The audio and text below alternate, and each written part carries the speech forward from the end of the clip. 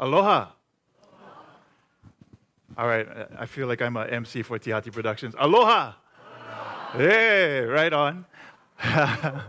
Today is a beautiful day, and there's no better time than right now for us to dive a little bit deeper into our connection to the divine, our connection to spirit. And walking in just from the parking lot to here this morning, just looking out towards the sky in the Eva direction, it was beautiful and clear, and all I could think of was how blessed we are to be here. How blessed we are. But not everybody sees it, and that's the problem.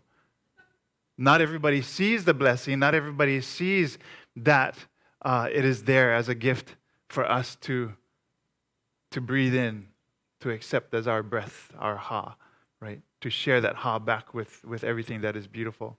So today we dive deep into what is OMANA, and OMANA is spirituality, Hawaiian spirituality.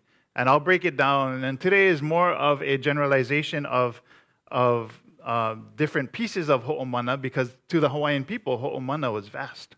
It was huge. So I'm going to pick different parts of it so that you can at least get a basis to what we're talking about.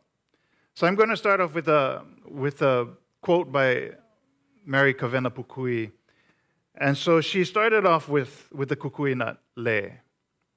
And her thing was to get people to understand that it wasn't just whether the kukui nut was real or not, but what we infused within this lei became Hawaiian. So she says, do you believe that I'm wearing a kukui lei? It's Hawaiian in looks. It's plastic made in Hong Kong. That's what became of a lot of our beliefs. I wore this on purpose. I wanted you to know that this is kukui nut, but it's not kukui nut. But it's Hawaiian, made in Hong Kong of plastic. And that's the way a lot of our beliefs and customs have become. Mary Kavena Pukui. I'm going to move this back on this side. It is important to understand who we are, or who our Polynesian people were, in order to know and understand who we are today. A brief history of the Pacific for context. The Hawaiian people, Polynesians, are part of the Austronesian migration. So history tells us that it was the Southeast Asians, the Lapita people, who first migrated into the Pacific. Although the people of Papua New Guinea were there for 50,000 years and had their own thing going on, they were not the ones to move further into the Pacific. They stayed relatively close to their main lands and did not seek island homes elsewhere. It was the Lapita people who came down about 4,000 years ago, mixed with the Papua New Guinea people, and then found their way to Vanuatu, which began the voyages of our great ancestors. And so they moved into the Pacific to Vanuatu and Tonga. And once thought to have mixed with the Papuan people who dominated the region, this mixture between the Lapita and the Papuan people became the people of Fiji, Vanuatu, and then eventually our Polynesian people. So I'm going to take you through a brief history of everything. So 1600 to 1200 BCE, or before the Common Era, the Lapita people discover the islands of Tonga, Vanuatu, and surrounding islands. By 1200 BCE, they discover Samoa. By 300 CE, Hawaii is discovered by the Polynesians, Marquesas Islanders.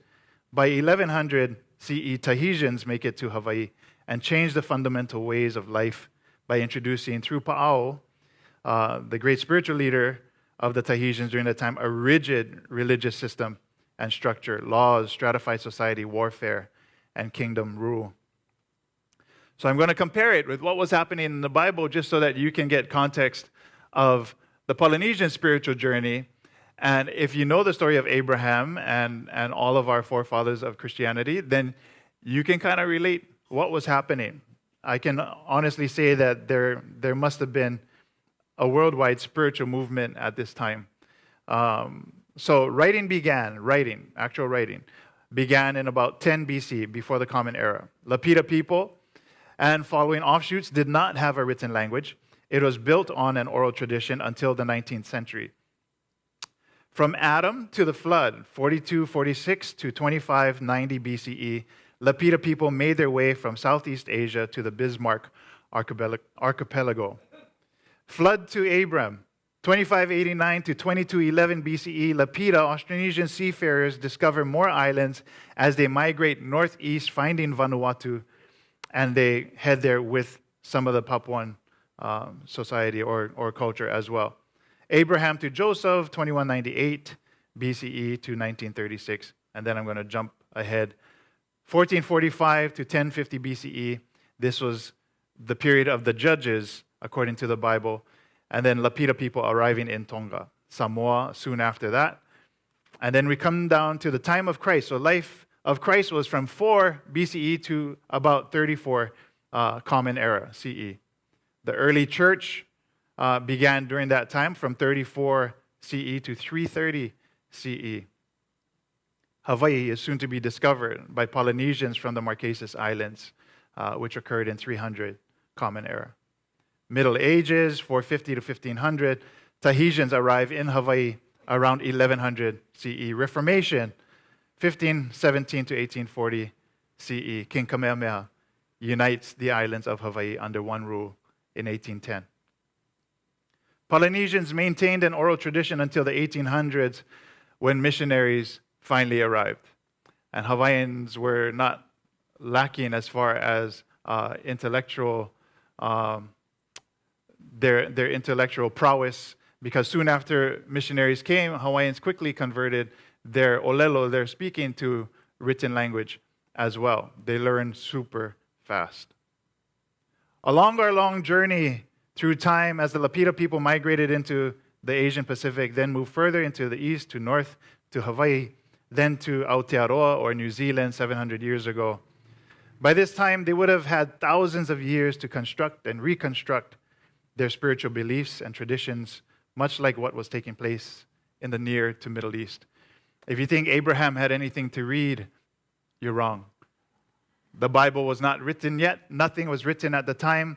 He trusted in the voice of God. He trusted in his dreams and visions to guide him as he led his people. So he was doing the exact same thing that our Polynesian people were doing. They were trying to be as connected as possible to nature, trying to be as still as possible to listen to the guidance of their kupuna, their ancestors, their deities, whatever it was, they were trusting for that guidance from them. Not all Polynesians were religious. However, all Polynesians are spiritual. Not all Polynesians or not all Hawaiians believe in Pele. However, we respect the stories, the mo'olelo of our past gods. So speaking of our Hawaiian gods, I'll go through the list of our main gods. Kane, the father of living creatures. Kane is the highest of the 4 major gods. Ku, god of war. Human sacrifices were made to Ku in ancient times. Kanaloa, god of the underworld and a teacher of magic, ruler of the ocean. He was also the complementary power to Kane. Lono, god of agriculture, associated with fertility, rainfall, music, and peace. Those are the 4 main gods. Then under that you have Pele, Hina, Laka, Kuula, Papahanaumoku, Wakea, and Poliahu, and many other deity as well. And also demigods like Maui as well. So in our Hawaiian culture, there are many gods and goddesses that are respected, but not worshipped, as our ancestors once did. They are now forever within the stories, the mo'olelo of our ancient ones. But also there were belief systems that helped to develop the cultural structure in Hawaii, which had nothing to do with gods per se as much as they did with having a harmonious environment, which is the essence of our Hawaiian people. Belief system. The definition: a set of principles or tenets which together form the basis of a religion, a philosophy, or a moral code. Hawaiians had a strict and deep sense of connection, love, responsibility, accountability, respect within their belief system, which incorporated every facet of nature. Every living and inanimate thing had a spirit, a purpose, a place within the world to bring balance and understanding to the function of the being of nature. Ho'omana, spirituality, is woven within our Polynesian DNA through one of many, Ohana, our family structure, and then Kahunaism, based on metaphysics, not religion. Within that is also the kapu system, which was a part of the religious system of our Hawaiian people. But I'm going to just start with those two, Ohana and Kahunaism, and then I'll expound a little bit more after that.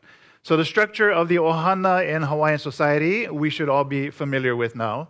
Keiki, the children. The makua, or the parents. Kupuna, grandparents. Ali'i was a parent chief of the culture to beyond the human realm of the spirit. Aumakua was our deceased ancestors, who we considered as gods in a way, but they were there to take care of us. It is not the kinolau or a shark per se or an owl per se or something else, an animal. Those are the kinolau, or the physical forms of our aumakua, of our spiritual ancestors. So it is not those entities or those symbols, which is really what they are. And then on top of that, all in this family structure was the akua, or the distant spiritual ancestor. So when we say ke akua, this is who we are usually referring to. So this is all from The Need for Hawaii, Patrick Ka'anoi. Kahunaism, Nanaviri. If any of you have read Change We Must, has anyone read Change We Must? Yay, okay. It's a beautiful, beautiful book. And if you want to get to know a little bit more about our Hawaiian mindset, really, it is our spiritual Hawaiian mindset. Change We Must is a great place to start. She says in that book, the Hawaiian religion, which I call Kahunaism, is a philosophy of everyday life stripped of ritual. It is pure metaphysics. The essence of Kahunaism is a deep and genuine reverence for life, living and becoming a part of everything around you. This is what metaphysics teaches and how the Hawaiians lived. Aloha is a great representation of the practice of Kahunaism. So I'm going to break down a little bit of aloha, not the acronym as we are used to hearing, but a little bit differently as it was in the book called Ho'omana. Aloha is being a part of all and all being a part of me. When there is pain, it is my pain. When there is joy, it is mine also. I respect all that is a part of the Creator and part of me. I will not willfully harm anyone or anything, and when food is needed, I will take only my need and explain why it is being taken. The earth, the sky, the sea are mine to care for, to cherish, and to protect. This is Hawaiian, and this is aloha. And all of us are very familiar with saying aloha all the time, but are we really feeling it? Are we really expressing it the way that we need to express what is aloha?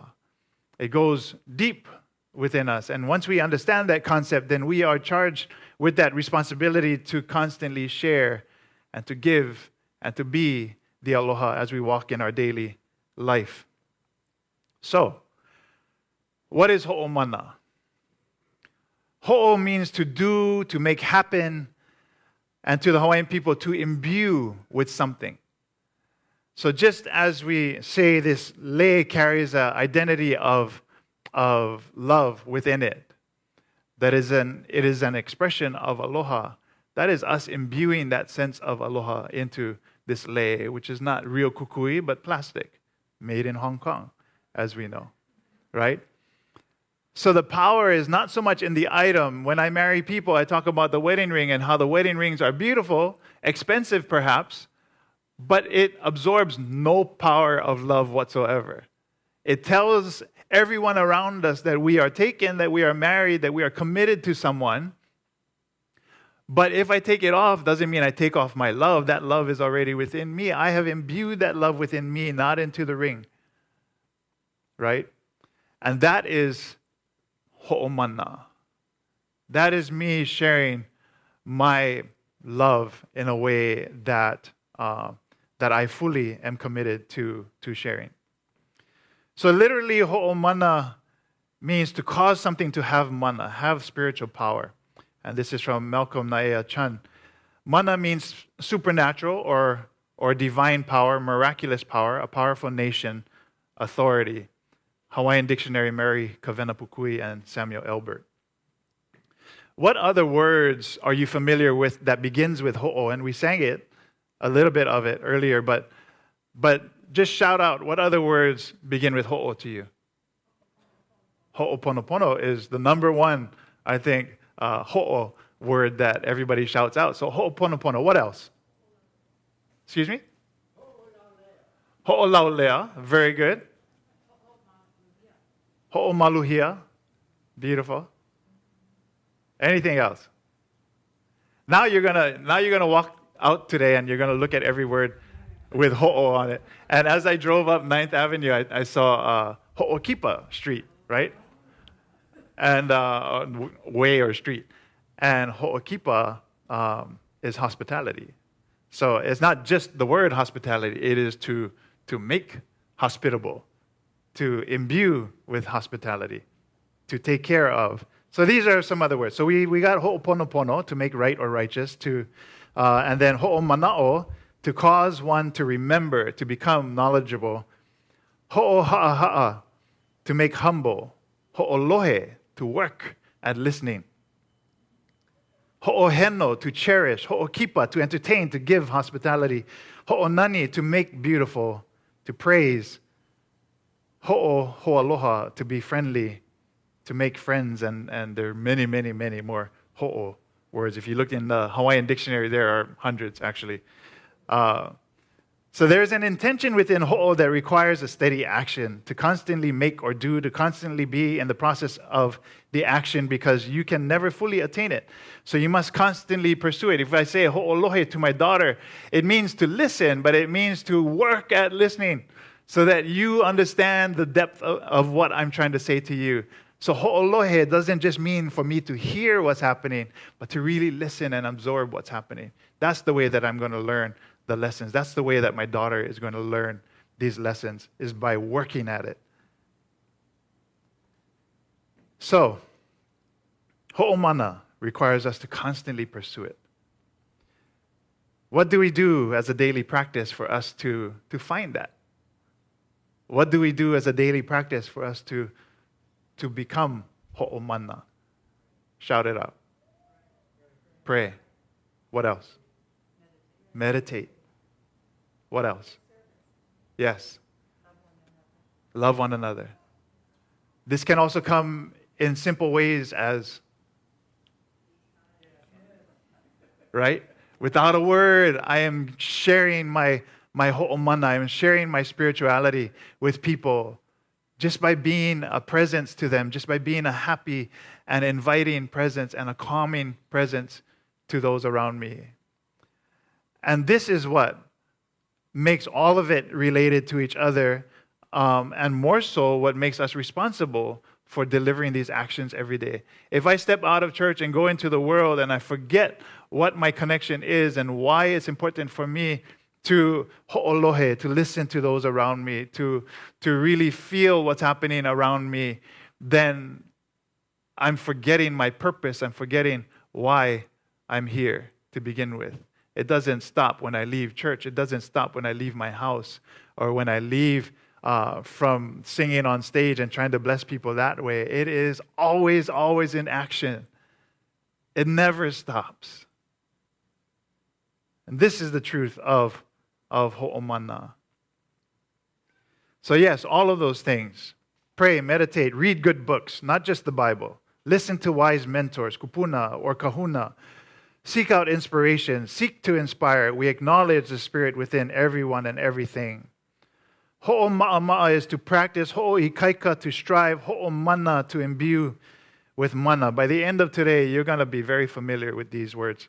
Hawaiians did this not because it was a religious edict, demand, or threat of eternal damnation. Hawaiians did this because to not make the effort to be in harmony with all things was to be out of harmony with all things, to be disconnected with everything around them. As simple as it gets when we think of spirituality, all things were to be respected and cared for and treated with reverence. Fishermen prayed before going fishing. builders of canoes prayed before going into the forest. Farmers prayed before farming so that they could get the best results of what their profession was. A tree is to be felled for canoe making. Epule ano, pray now. The body of a beloved relative is being consigned to the ancestor gods. Epi kapule. Let the prayers ascend. A high chief takes his medicine. A woman plants potatoes by moonlight. A sorcerer casts a spell. E ho'opuka ikapule. Send forth the words of prayer. Epule eki I keia manava. Now is the time for prayer. For the Hawaiian of the past, all times, every time was a time of prayer to maintain that connection. And I've talked about my mother before in previous talks. And I have to say that she was one who was always, constantly in prayer. Anytime. She would, of course, be in our world too, but for the most part, she was always in prayer. And it was beautiful to watch her. I would always hear talking, like audibly. We could always hear her. If she was in the room by herself, I could listen to her prayer because she was praying out loud all the time. This was her connection to God.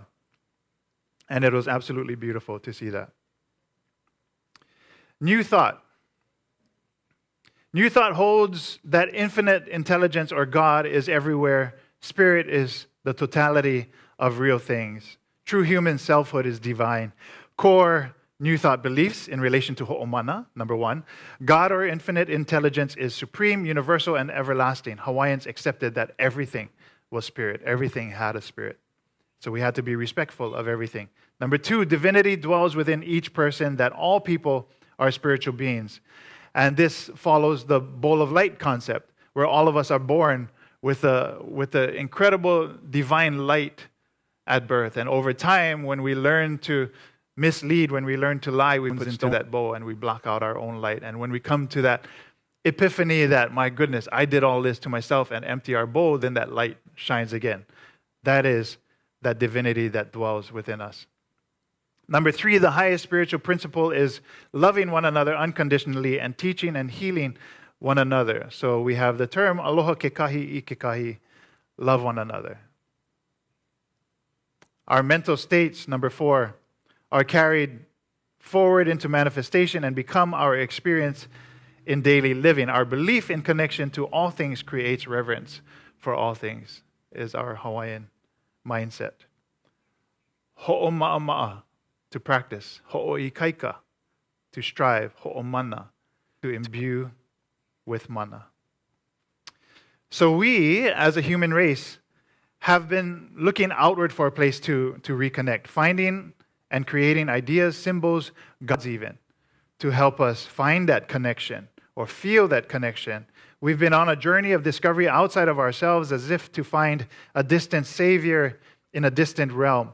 All of these gods are byproducts, even the Hawaiian gods, even any indigenous culture and their gods, are a byproduct of humanity's search for the divine within.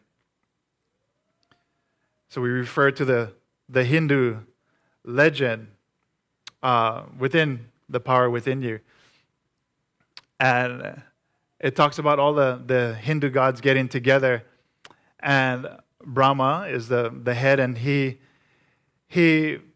gives them the task of hiding this divinity somewhere in the world. So they go to the highest peak of the mountain, to the lowest parts of our valleys and the depths of our ocean to hide divinity, but somehow, some way, the humans would find it and ruin it all because they don't understand that concept. Not Hawaiians, but in general, humans were egotistical and driven by their own pursuits.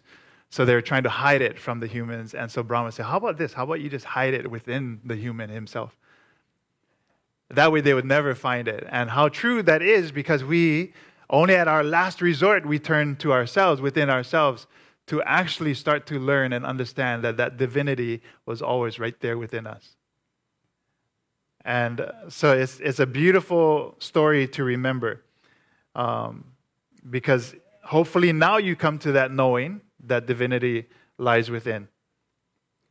Our huaka'i, or our voyage through life, can take us far away from the truth of who we are if we're not careful. I believe that Jesus found and understood the truth of divinity from a young age. He tried to teach those who were fortunate enough to be there during his time, to learn from him, to follow him. His disciples had front row seats at every chance to hear these teachings of the divine within. Jesus never taught that heaven was somewhere far off. He always taught them to look within. He always prayed that the divine, that God was a part of him, because he knew that divinity was within him. So those who were fortunate enough to learn from him and follow him, that our salvation came from realizing our connection to divinity within us and within everything. And there's a passage in Tales from the Night Rainbow that says Jesus was kaula. And kaula, if there's no kahako over the A, it means a rope, which can also be translated within this phrase. But kaula means prophet, seer, and magician. So they said Jesus was kaula. He had reached the mountain. He saw all things and understood all things he saw. He was where we all wished to go. And I think that is exactly what the people during his time was also trying to understand, that they wanted to be there, but they couldn't yet grasp it. They had to listen to him and try to understand what was happening. And these are just some of the teachings of Jesus. And Eric Butterworth, I know I said last time that I'm only now getting into his books, which is shame on me for that, because they are incredible. And there's so many gems within every book of his. So I'm going to read a little bit of this. So within this book, it says, Jesus discovered the Christ principle within himself. But he revealed it as a principle that involved all humanity by revealing the new dimension of divinity. Christ in you is your hope of glory, for it is that of you that is of God, and is God being projected into visibility as you. So when we talk about OMANA, we're really imbuing ourselves with that understanding, that spirituality. We're uncovering that light, that divine light that exists within us. We're taking off the layers of everything that is preventing us from sharing this light. If we consistently work at it, if we consistently rely on great books, Bible included, all of these things that help us to really pull away the layers and find God that lives and resides within us. Ho'o ma'a, to practice. Ho'o ikaika, to strive. And then ho'o mana, to imbue with mana. Hawaiians knew this very well. According to Nanaviri, the basic law of Hawaiian cosmology, we live in a spiritual universe governed by spiritual laws. The Hawaiians knew that they were more than physical beings. Prayers and chants acknowledged the divinity within all things and all people. For me, as I share in my shows in Waikiki with Tihati Productions, people from all over the world come to our shows. And now, in this early time of Waikiki getting back on its feet, we have 3 shows a week, and my show is on Tuesdays. But no matter if there's 50 people or 300 or 500 or 1,000 people, it doesn't matter. My job as an MC is always to make sure that I am an example of aloha, that I express to them what really aloha means, that is so much more than hello and goodbye, that it is the essence, the breath that I put within this lei, within this fake plastic kukuina lei. It's the life that I put it within this that matters. So when I take this off and give someone else, they know that I am giving them a spirit of myself, of that divine. And I think that is important, that as we leave, again, this hale here, as we leave this temple here, that this isn't the real temple, right? The temple is us. That we are the ones that leave and share this message with everyone. And it's not the message of Christianity. It's not the message of Buddhism per se. It's not the message of any of these. It's the message of pure human goodness and love and divinity that lies within us. And this is what I believe the Hawaiians believe. Of course, there are many different facets to the Hawaiian structure and life that were brutal at times. The kapu system was brutal. However, and this was perhaps during the time of Tahitian, when the Tahitians came. But prior to that, it was very, very, very connected to everything in nature. And that is what we're talking about. So learn as much as you can. Just because you figure you have your degree and you have everything else, the learning doesn't stop. The feeling doesn't stop. We have to continuously look for it. We have to continuously listen for it. And then we have to continuously live it and be it. And that is ho'o. So I thank you all for being here. This is going to be a longer series, so this is just the beginning of it. I'm going to dive into much more of it from Aumakua and so on and so forth as the months go by. But from me to all of you, aloha, aloha, aloha. Thank you. Thank you. So we come to that moment of meditation, and given everything that I've just expressed to you, I'd like you to find in yourself what that means to you. I'll say the words that I have to say, or the words that will come to me through this meditation, but really it is your words that matter more. It's your words. It's what you teach yourself that you carry with you. So think about that as you dive deep into this meditation. It's a minute, so it'll be quick. So make it fast. All right. Let's close our eyes. Let's take 3 deep breaths. So as we take this breath, imagine that top of your breath as you inhale. The depth of that inhalation is us becoming one with the infinite within us. That divine power that we are. Go ahead and inhale and hold that breath at the top.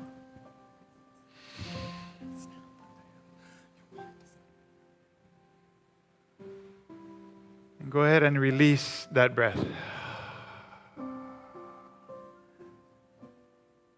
Inhale again to touch the divine.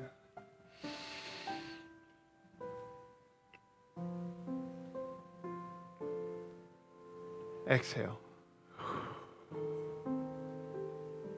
And one more time. Inhale deep.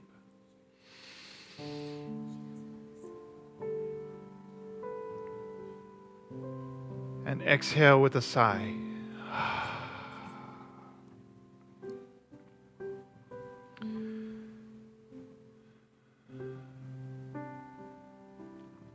Divine Spirit, we seek you. We listen for you. We reach out our hands and our heart to feel you.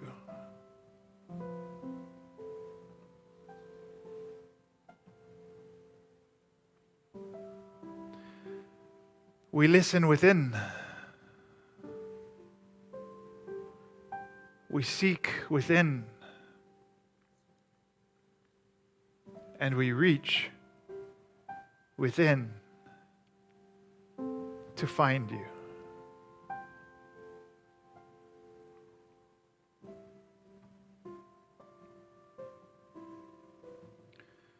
The blessings begin when I know and I realize the fullness of who I am.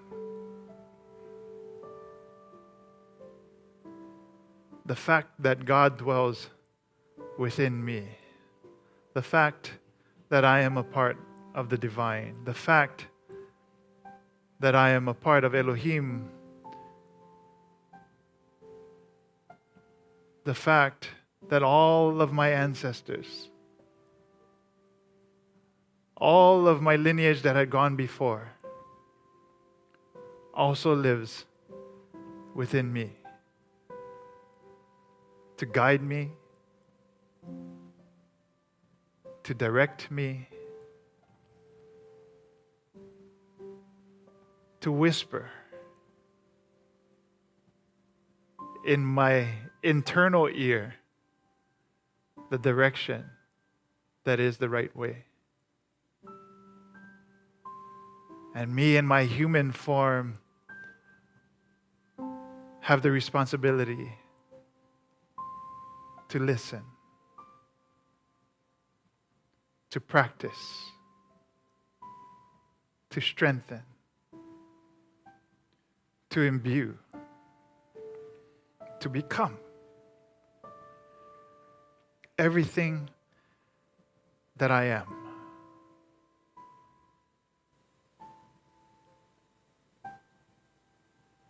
I thank you for this knowing.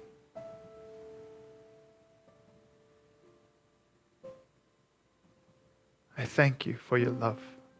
I thank you for your aloha. I thank you for your teaching.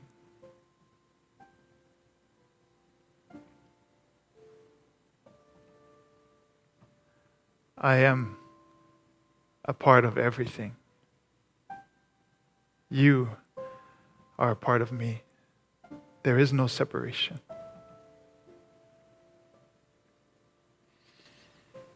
There is no separation.